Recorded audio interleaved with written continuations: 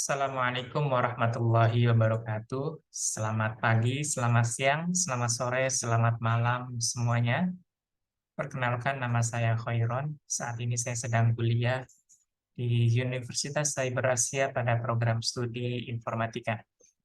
Pada kesempatan hari ini saya diberi tugas oleh Bapak Ikhwan pada mata kuliah sistem operasi, di mana penugasan ini untuk memenuhi tugas akhir semester.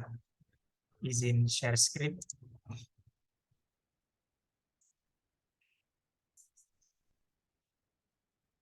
Baik, pada penugasan ini saya diberi tugas untuk menjelaskan apa itu sistem operasi. Sistem operasi adalah perangkat lunak yang bertanggung jawab untuk mengatur dan mengendalikan hardware, komputer, dan memberikan akses bagi pengguna untuk menjalankan aplikasi. Jadi fungsinya ini adalah mengintegrasikan ya hardware-hardware yang ada di dalam komputer ini agar bisa beroperasi secara maksimal sesuai dengan fungsinya dengan bantuan sistem operasi. Fungsi utama dari sistem operasi adalah menyediakan antar muka, antar pengguna, dan perangkat keras komputer. Jadi dengan sistem informasi kita bisa memerintahkan ya, ada menu-menu tertentu untuk memerintahkan sesuatu komputer agar komputernya bermanfaat. Yang kedua adalah mengatur dan mengolah sumber daya komputer seperti memori, prosesor, dan perangkat keras lainnya. Dari sistem operasi ini, komputer bisa dihandle fungsi dari perangkatnya. Menjalankan dan mengatur tugas-tugas dan aplikasi yang berjalan pada komputer. Ingat, komputer itu berjalan untuk menjalankan software ya, untuk mengolahnya itu ada bantuan software. Nah, software ini untuk bisa menjalankan tugasnya harus diatur oleh sistem operasi. Jadi yang mungkin dewanya software adalah sistem operasi ya. Selanjutnya adalah menyediakan file management, yaitu menyimpan, manipulasi, dan mengakses file dari directory. Jadi apa namanya, file-file yang ada di dalam yang sudah disimpan dalam sebuah hard disk itu bisa dikontrol oleh sistem operasi, bisa di-delete, bisa di-hide, dan lain-lain. Menjaga keamanan dan integrasi pada komputer. Oke ya, secara umum sistem operasi bertindak sebagai pengatur bagi komputer ya. Pengatur, ingat, softwarenya itu adalah pengatur. Dan mengkoordinasikan tugas-tugas yang ada pada perangkat komputer itu sendiri. Ini adalah soal satu. Soal kedua adalah sebutkan karakteristik sistem operasi open source dan closed source.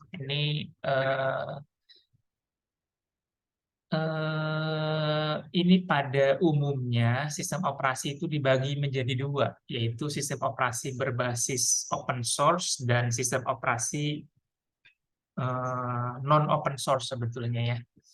Nah, open source ini yang biasa kita kenal adalah sistem operasi berbasis Linux ya.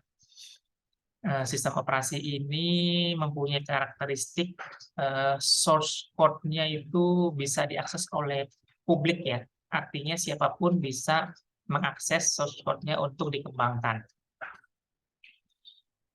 Karena bisa diakses dan bisa dimodifikasi, maka dapat dikembangkan dan dimodifikasi oleh komunitas pengembang. Jadi basisnya itu adalah Linux. Nanti Linux ini punya genre tersendiri ya. Yang paling terkenal sih di kalangan orang awam itu adalah Ubuntu contohnya ya. Ubuntu ini banyak komunitasnya karena dia Linux yang diperuntukkan untuk desktop. Sebetulnya bukan hanya desktop, tapi terkenalnya adalah di desktop ya. Desktop karena dia antar mukanya lebih baik. Seperti itu. Jadi Linux yang dikembangkan oleh komunitas Ubuntu ini, maka genre-nya adalah genre Ubuntu. Oke, karakteristik selanjutnya itu adalah sistem operasi yang open source itu biasanya gratis ya. Artinya tidak ada komitmen untuk membayar. Namun untuk mendapatkan benefit-benefit tertentu tentunya ada pembayaran ya di sana ya. Dukungan teknis tergantung pada komunitas. Oke, karena ini dikembangkan oleh komunitas, maka dukungannya sepenuhnya oleh komunitas. Ketika ada trouble-trouble tertentu, ada isu keamanan, maka kita biasanya bertanya kepada komunitas tertentu ya, seperti komunitas Ubuntu, komunitas apa namanya tuh untuk cyber security, Arch dan lain-lain ya, Kali Linux, kemungkinan memiliki banyak fitur dan fleksibel dibandingkan dengan sistem operasi closed source. Jadi karena dia open source maka bisa dimodifikasi sesuai dengan fungsinya. Contoh ya, seumpama saya senangnya di programming. Jadi saya akan memodifikasi Linux yang dikhususkan untuk programming. Nah, itu bisa tuh source code-nya diperuntukkan hanya untuk programming gitu kan. Selanjutnya sistem operasi closed source itu adalah ini kalau tadi biasanya Linux ya, yang kedua ini yang paling populer itu adalah Mac OS dan Windows ya. Sebetulnya Mac OS pun asal muasalnya itu adalah dari Linux sebetulnya ya, tapi karena dikembangkan oleh perusahaan sistem operasi Apple maka dibuatlah OS berbasis Apple ya. Selanjutnya Windows yang memang dari awal sudah dikembangkan oleh perusahaan yang fokus untuk sistem operasi. Cirinya adalah source code-nya tidak dapat diakses oleh publik. Jadi kita nggak tahu Windows itu source code-nya seperti apa, hanya developernya yang paham. Jadi ya kita harus menerima apa adanya yang diberikan oleh Windows seperti itu ya. Dikembangkan oleh dikembangkan dan dimiliki oleh perusahaan tertentu. Contohnya tadi ya macOS ya dikembangkan ya hanya macOS. Windows ya yang memiliki adalah hanya Windows, berbeda dengan tadi Linux ya. Ya, Linux bisa dikembangkan oleh siapapun. Mungkin nanti ada varian tertentu. Biasanya memiliki biaya yang lebih tinggi dibandingkan sistem operasi open source ya. Tadi yang open source itu bukan berarti tidak berbayar, tapi boleh gratis dan boleh berbayar. Tetapi kalau closed source atau yang berbayar ini harus berbayar. Windows ya hanya Windows. Tapi yang menarik nih di macOS. Di macOS ya arsitekturnya hanya dispesifikasikan untuk macOS. Jadi lebih tertutup ya. Kalau Windows ya terbuka, tidak menjual perangkat ya. Selanjutnya ciri-cirinya didukung teknis dan dikembangkan disediakan oleh perusahaan pengembang. Jadi supportingnya yaitu ya diserahkan sepenuhnya kepada pengembang itu sendiri. Contohnya waktu itu ada ransomware ya, ada WannaCry itu sistem keamanannya ya begitu ada bug ya maka akan dirilis patch-nya. Sistem keamanannya dirubah. Itu adalah soal nomor 2. Soal nomor 3 itu adalah jelaskan atau gambarkan skema dasar sistem komputer. Baik, sistem komputer itu pada umumnya itu adalah input dan hasil sebetulnya ya. Input itu adalah sesuatu yang diperintahkan oleh komputer. Nanti komputer ini akan memproses sebuah data melalui pemrosesan dan dibantu oleh memori ya. Memori ini bisa berupa RAM dan ROM ya. Oke. Dari input yang masuk kepada perangkat komputer akan diproses oleh sebuah CPU ya, CPU itu mengambil datanya dari memori. Ini data memori ini mengambil dari eh, ROM ya.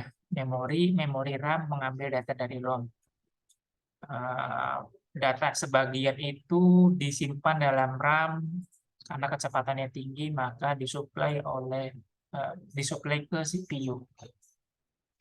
Komunikasi antar sistem ini menggunakan kontrol bus dan akan diverifikasi oleh address bus dan data bus. Jadi komunikasinya adalah bus. Dari pengolahan data ini maka, oh mohon maaf, ini bukan input tapi output ya.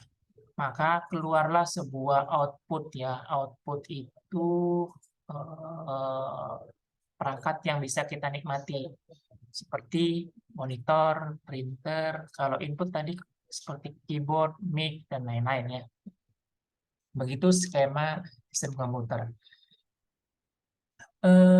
Nomor 4, jelaskan apa perangkat input, proses output, dan beserta perangkatnya. Ya, seperti tadi ya, saya jelaskan adalah perangkat input itu adalah media untuk memindahkan data dari user ke sistem komputer untuk diolah. Jadi, kategorinya adalah perangkat yang menghubungkan antara pengguna dan komputer untuk ditugaskan kepada komputer, seperti mikrofon, keyboard, mouse, dan lain-lain ya.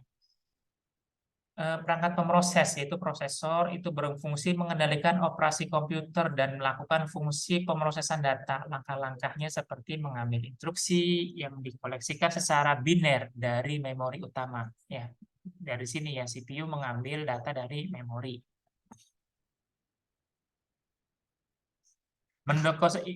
Mengkodekan instruksi menjadi aksi-aksi sederhana, melaksanakan aksi-aksi. Jadi di sini ada perintah-perintah ya.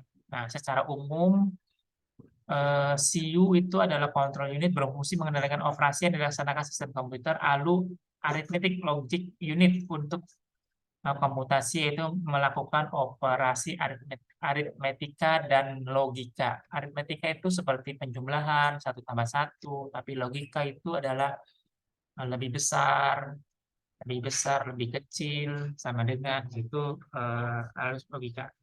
Kemudian dari sistem prosesor ini ada register ya, berfungsi sebagai memori sangat cepat. Jadi di dalam CPU itu ternyata ada memorinya. Komputer ada memori RAM dan itu, tapi dalam CPU itu ada juga memorinya. Nah, ini berfungsi untuk tempat operan dari operasi yang dilakukan.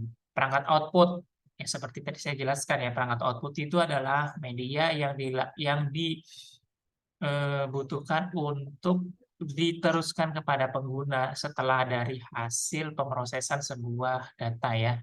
Contohnya adalah kayak monitor, printer, apalagi proyektor, sound, seperti itu. Itu adalah perangkat output. Memori. Memori berfungsi untuk menyimpan data dalam program. Hierarki memori, nah ini hierarki memorinya ya.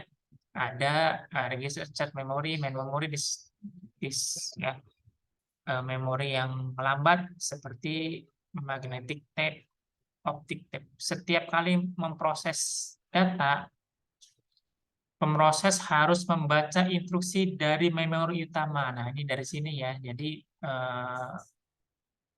supply-nya itu dari memori utama CPU ini.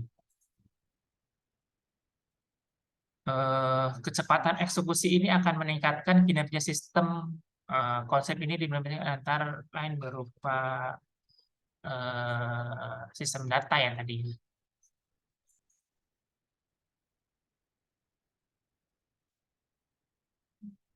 Selanjutnya